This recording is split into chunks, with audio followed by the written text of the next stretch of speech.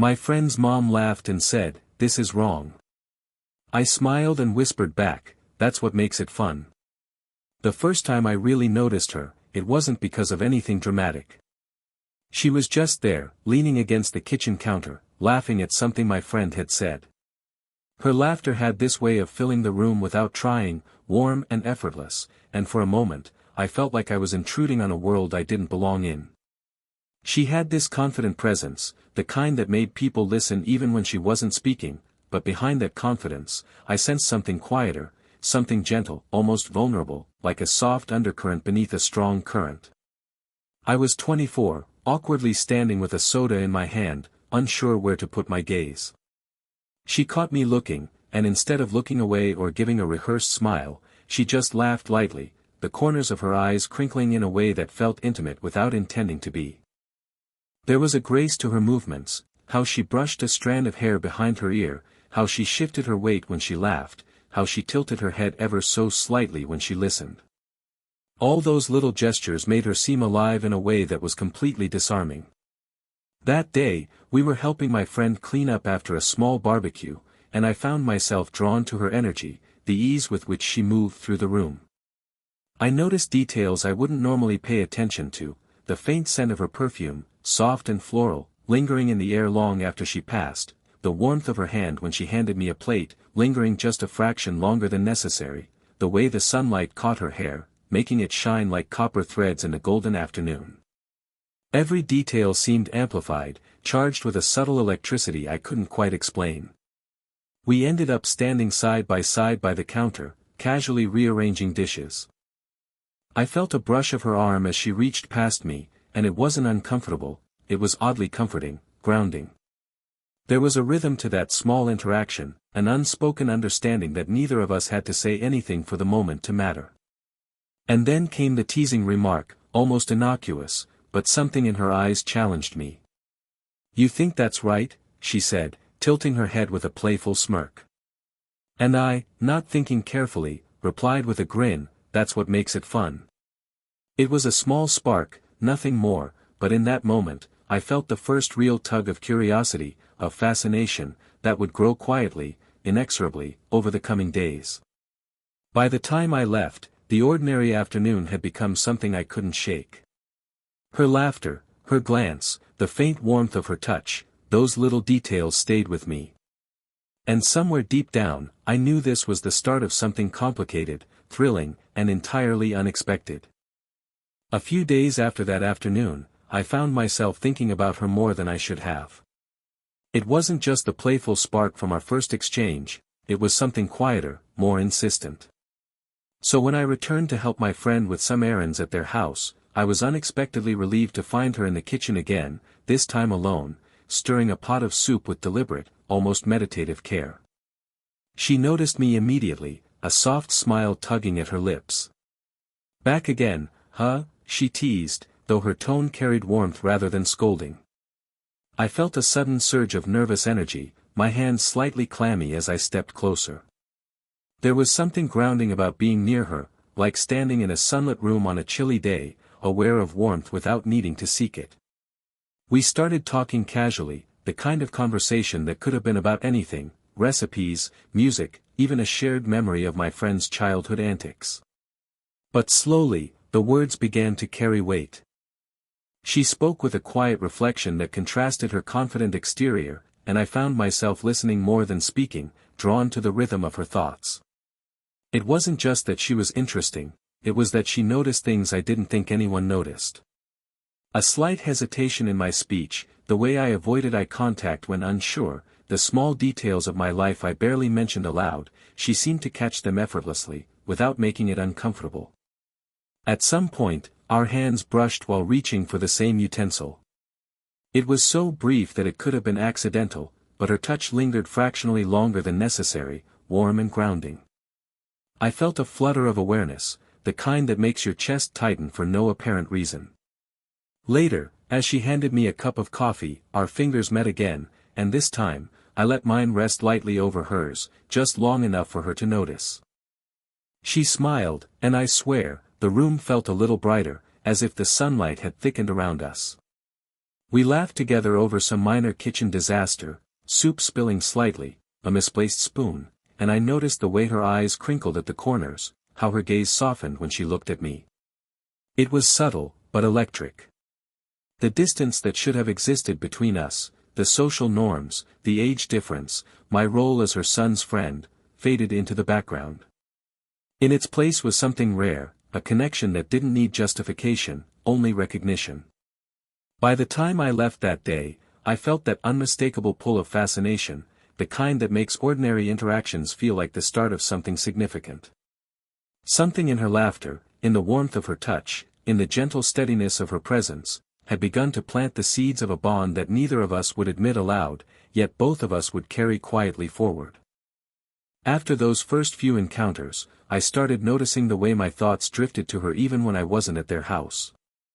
It wasn't just admiration or curiosity anymore, it was something deeper, something I hadn't expected to feel.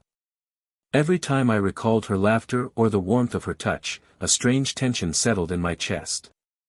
Part of me knew this attraction was complicated, maybe even wrong, by every conventional measure.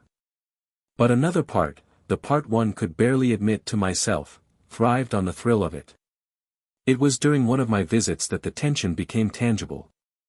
We were in the living room, helping my friend sort through some old albums. She leaned across the sofa to hand me a photo, and her fingers brushed mine. It was barely a touch, almost accidental, yet it lingered just long enough to make my pulse quicken. I felt the heat in my face and instinctively looked away, pretending to be absorbed in the photo. But I caught her gaze from the corner of my eye, her expression soft, knowing, like she had already guessed the effect she had on me. Every instinct in me screamed to pull back, to respect the unspoken boundaries that should have existed. And yet, the hesitation itself only made the connection feel more urgent, more alive. There was a quiet push and pull at work, the social rules I had been raised to follow tugging me backward, and this magnetic pull toward her, subtle but insistent, pulling me forward. I found myself analyzing every small interaction. How she rested her hand on the armrest near mine, how her laughter seemed to linger a beat longer when I joined in, how her voice softened when she spoke directly to me. These were ordinary gestures in isolation, yet together they became something intoxicating, something I couldn't ignore. My mind spun with what-ifs and should-nots, each competing with the undeniable thrill of her presence. That evening, after leaving their house, I walked home slowly, replaying each moment over and over. The warmth of her hand against mine, the subtle weight of her gaze, the quiet intimacy of shared laughter, they all haunted me. I realized I was caught in a liminal space, suspended between propriety and desire, between hesitation and the inexplicable pull that made me want to lean just a little closer. It was uncomfortable, exhilarating, and impossible to ignore. I understood then that this story, our story, if it could even exist, wouldn't be straightforward. Every thought of her would come with hesitation, every glance with unspoken tension. And yet, despite knowing how complicated it could be, a small, insistent part of me knew I was willing to feel it anyway. To explore this connection, slowly, cautiously, but fully aware of the consequences that might come. A few weeks later, the connection between us had quietly deepened. It wasn't marked by grand gestures or overt declarations, rather, it was the subtle ways our interactions lingered just a little longer than necessary. One rainy afternoon, I found myself alone with her in the living room. The rain tapped softly against the windows, a gentle rhythm that made the space feel cocooned, private, removed from the outside world. She was curled up in the armchair with a mug of tea, her eyes distant as she watched the droplets streak down the glass. "Do you ever feel like time slips through your fingers?" she asked suddenly, her voice soft, almost hesitant. It was such a human, unpolished question, and it caught me off guard.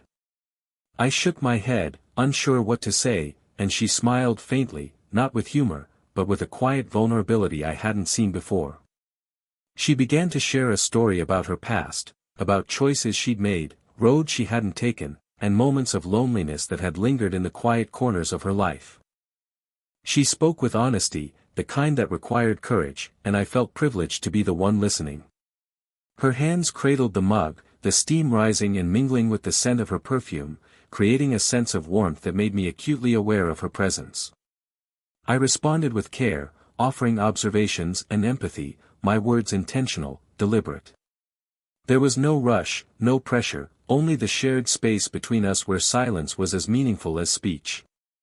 I noticed the subtle tension in her shoulders easing as we talked, the way her eyes softened when she glanced at me, and the occasional light brush of her hand against mine as she gestured.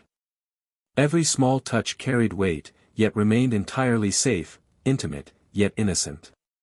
In that moment, I realized that what drew me to her wasn't just physical attraction or playful tension, it was the emotional resonance, the ability to connect in a way that felt profoundly human. She noticed the small details of me, the hesitations I tried to hide, the fleeting expressions that betrayed my thoughts. And in return, I felt I could see her fully, not the confident, untouchable figure others admired, but the nuanced, tender woman behind the facade. By the time our conversation ended, there was a new understanding between us, quiet but undeniable. I reached out, lightly brushing her arm as I handed back her mug, and she allowed her hand to linger against mine for a heartbeat longer than necessary. No words were exchanged about what it meant, none were needed, but we both knew the connection had deepened. That simple act, that shared vulnerability, planted the seeds for a closeness neither of us could, or wanted to, ignore. It started as an ordinary evening, but ordinary quickly became charged with that subtle, unspoken energy between us. I had come over to help my friend with some household chores, but she was in the kitchen, humming softly to herself as she prepared a simple snack. I leaned against the counter, casually commenting on her choice of music, and she shot me a teasing glance that made my stomach tighten in a way I couldn't ignore. "You really think that song is appropriate?" she asked, smirking, her tone playful but with an edge I hadn't heard before. Her eyes sparkled as she tilted her head, watching for my reaction. Without thinking, I matched her smirk. "That's what makes it fun," I replied, and for a moment, the air between us shifted. It was as if the words themselves carried weight, as if acknowledging the wrongness of the moment made it more intoxicating.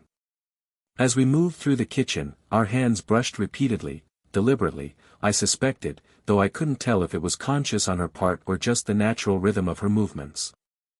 The touch of her fingertips sent a shiver up my arm, and I found myself lingering closer than necessary, drawn to the warmth of her presence. Each brush of her hand, each accidental on-purpose collision of our arms, was a tiny rebellion against the invisible rules that should have kept us apart. Her laughter rang out again, soft and teasing, as she caught me glancing at her too long. "You really enjoy making things complicated, don't you?" she said, leaning just slightly closer than social convention allowed. I could feel the faint warmth of her shoulder against mine, the subtle pressure that shouldn't have been there but was, and it made the ordinary act of standing side by side feel charged with meaning. We ended up near the counter, arranging dishes and joking about a small kitchen mishap. I noticed the way she lingered in movement, giving me just enough space to sense the warmth of her body without overt contact. The playful teasing continued, words and glances that dared to cross the line between friendship and something more. Every smile, every brush of hair from her face, felt deliberate yet natural, a careful dance on the edge of propriety. By the time I left that evening, I felt the unmistakable pull of forbidden excitement. That simple exchange, the laughter, the touches, the teasing words, was more intoxicating than anything I had expected. It wasn't reckless or overtly romantic, but it was electric, a quiet acknowledgement that we both understood the tension simmering between us. In that playful transgression, the connection deepened.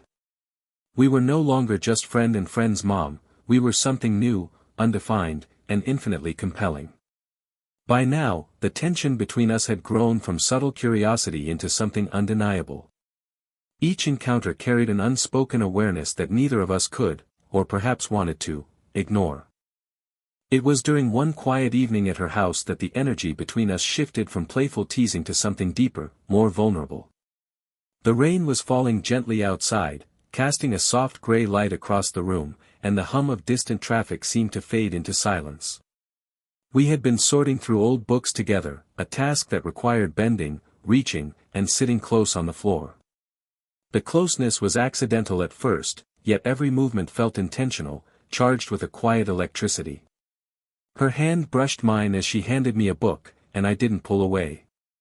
Instead, I let my fingers linger lightly over hers, feeling the warmth and subtle steadiness of her touch. I could sense her awareness of the moment without a word being spoken, the way her eyes softened, the gentle tilt of her head, the slight catch of her breath. We paused, both of us frozen in a quiet acknowledgement of what was happening. The room felt smaller, warmer, as if the world outside had disappeared, leaving only the two of us in a cocoon of fragile intimacy. I noticed every detail, the faint scent of her perfume, the softness of her hair as it fell over her shoulder, the way the light caught the curve of her cheek. These small things, previously unnoticed in passing interactions, now held a weight that made my chest tighten with anticipation. For the first time, our unspoken feelings seemed to demand recognition. She didn't speak, and I didn't either, words felt unnecessary. Instead, we allowed the tension to settle naturally, a mutual acknowledgement that what existed between us was more than playful teasing or simple curiosity. Her hand moved slightly, resting on mine with gentle intent, and I felt the heartbeat of our connection in that simple, unforced gesture. It was a delicate balance, intense without being overwhelming, intimate without being overt. The closeness was emotional as much as physical, a shared understanding that neither of us was rushing anything, yet both were fully aware of the depth of our connection. I felt a thrill in that restraint, a satisfaction in knowing that the bond we were building was grounded in trust, attentiveness, and genuine care. As the evening wore on, we finally stood and shared a quiet smile, a wordless promise that this closeness would continue, that we had crossed an invisible threshold without breaking the fragile balance of propriety. The emotional climax had arrived, not in a dramatic confession, but in the subtle, resonant acknowledgement of desire, trust, and connection. In that moment, I realized how deeply I had come to care for her, and that the slow, careful unfolding of our bond was far more intoxicating than any rush or overt action could ever be. The days that followed felt different, subtle, quiet, but unmistakably changed. Our connection no longer needed playful teases or lingering touches to speak for itself, it existed in every shared glance, every unspoken understanding. There was a comfort in that, a sense of intimacy that didn't demand acknowledgement in words, but was felt deeply in the rhythm of our interactions. One late afternoon, I returned to help my friend with some weekend chores. The house was calm, the sunlight filtering through sheer curtains and casting a warm glow across the living room. She was there, casually arranging flowers in a vase, her movements graceful yet unhurried. When she saw me, her face softened with that same smile that had always caught me off guard, and I felt a familiar flutter in my chest. We moved around the room, tidying, laughing softly at minor mishaps, but everything felt layered with meaning now. Every small gesture, her hand brushing past mine while reaching for a book, the warmth of her shoulder as we carried a box together, the way she tilted her head to meet my eyes, spoke volumes. The subtle tension that had once crackled between us had evolved into a gentle, steady warmth, a shared understanding that neither of us needed to push boundaries to feel close.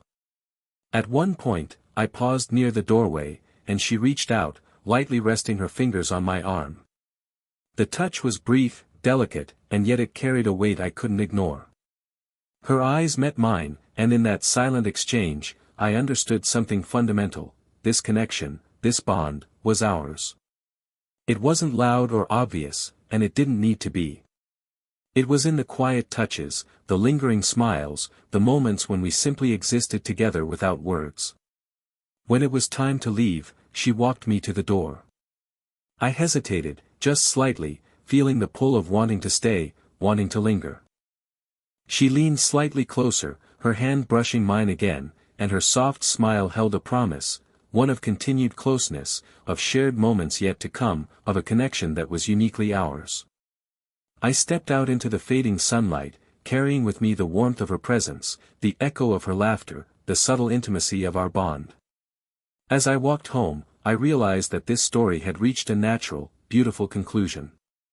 We had crossed thresholds quietly, respectfully, and fully aware of one another's boundaries, and yet our emotional intimacy had deepened in ways that neither of us could have predicted. There was no rush, no dramatic confession, just a slow, steady unfolding of trust, desire, and affection. And that, more than anything, felt like the most thrilling, satisfying part of all. The ordinary moments had become extraordinary, and in that quiet understanding, our connection had found its own perfect rhythm. If you enjoyed this slow-burn story of unexpected connection and quiet tension, hit the like button and subscribe for more age gap romance tales. Comment below, what would you do if you found yourself in a forbidden but thrilling friendship like this?